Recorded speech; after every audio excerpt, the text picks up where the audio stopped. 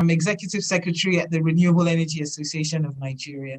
So that involves running the secretariat with slightly over 130 amazing members who are doing a lot of developmental work in the renewable energy space. So it cuts across a whole gamut of membership, developers, solar developers, obviously, and clean energy, essentially. So there's waste to energy and other stuff.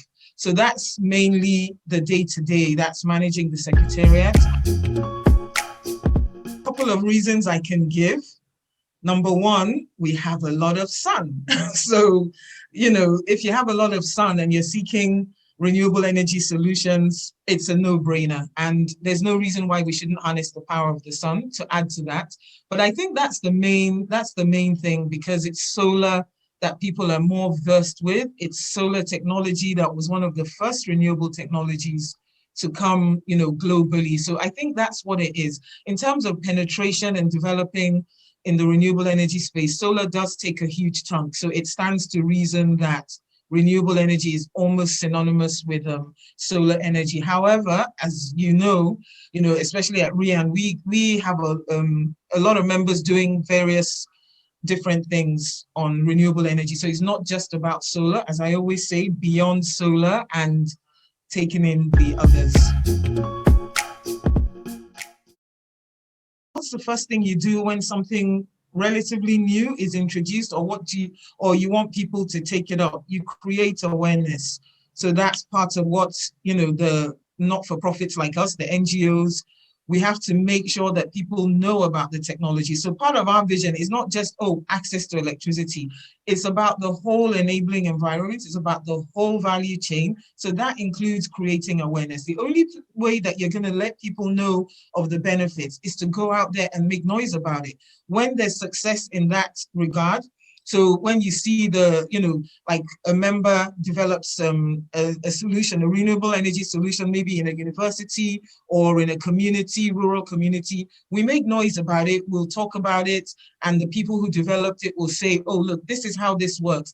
And that chain of events leads to more confidence in the technology, into accepting it, and into learning how it can benefit you. So I think first and foremost, we have to create awareness. Then we have to maintain credibility in the sector so that people continue to believe in it. It's one thing to start it off. It's another to keep it going and make sure that it works and it's fit for purpose. So I think those work hand in hand, and we all have work to do. So if you suddenly have a renewable energy solution, like we're having today, this conversation, then I'd like to see your solar panel on your roof while we're doing this or something similar. You know what I mean? Just plugging the renewable energy technology and really convincing people by our actions and our uptake that it works. It's the same skills that you need with every other thing. So if you are in the renewable energy sector, say, and you're a developer, that means you're an entrepreneur. What are the skills you need? As people always say, to be an entrepreneur in Nigeria, you must have a little bit of craziness in you.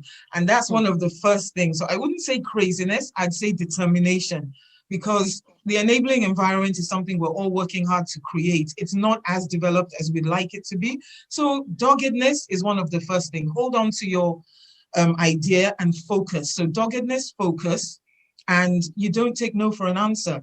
10, 15 years ago, if somebody had said, look, I want to develop a solar farm in Gombe State, they would have thought, why would you want to do that? Why can't you just plug money into a refinery, for instance? But whoever has foresight to think ahead and think, this is what I want to do, and this is how I foresee it working, then it's a great trait to have. So you focus and you achieve your aim by being dogged, by being focused, and continuous learning. So those traits cut across all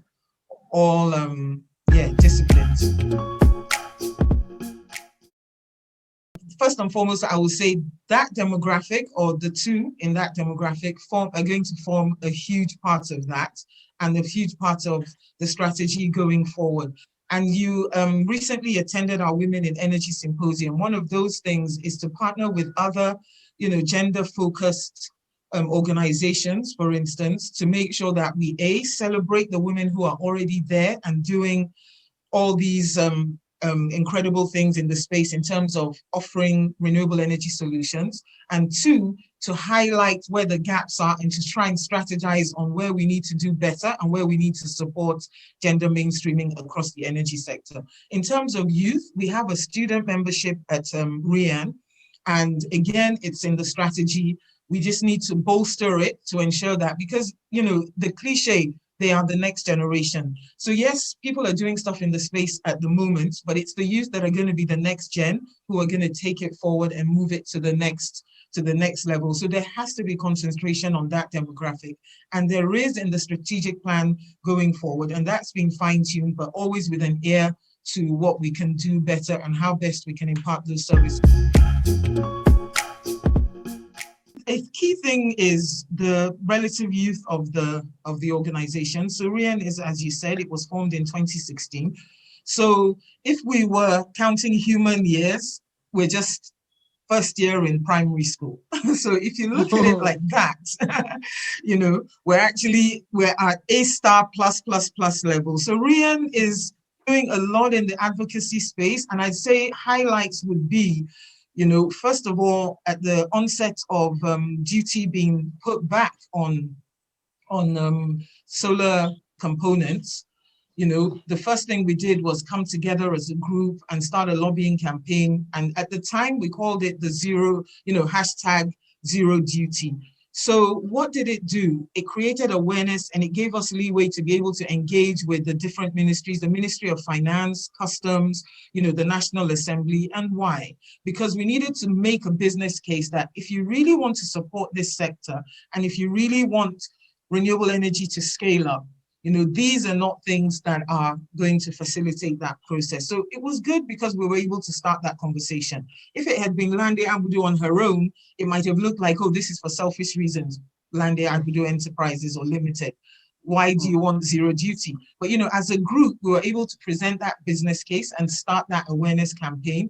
And it has snowballed into a larger conversation, which is seeing us now look at review the renewable energy bill and see how we can plug those gaps within that bill. So that's a plus.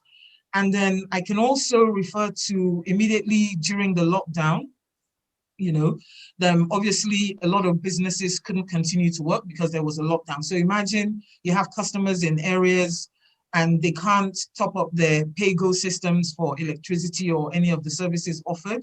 So we were able, with the help of Lagos State Government, strong help of Lagos State Government, who were very forward thinking, to get a concession for members to be able to operate within the lockdown. And that was huge for the association. It even became a reference point for regional associations like the Kenyan and the Southern African associations. They thought, oh, if Nigeria can do that, maybe that's what we should do. So that one thing allowed business continuity among RIAN members, and we were able to do that for them, you know, as an association.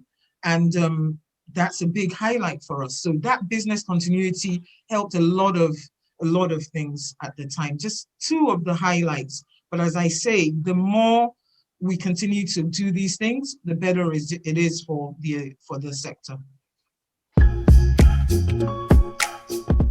Those are the major ones. And if those don't work, you know, many other things won't work. So yes, the regulatory environment, we have a lot of regulations and we need to focus on the implementation, robust implementation, so there will be a good environment. It's a nascent industry, it's growing.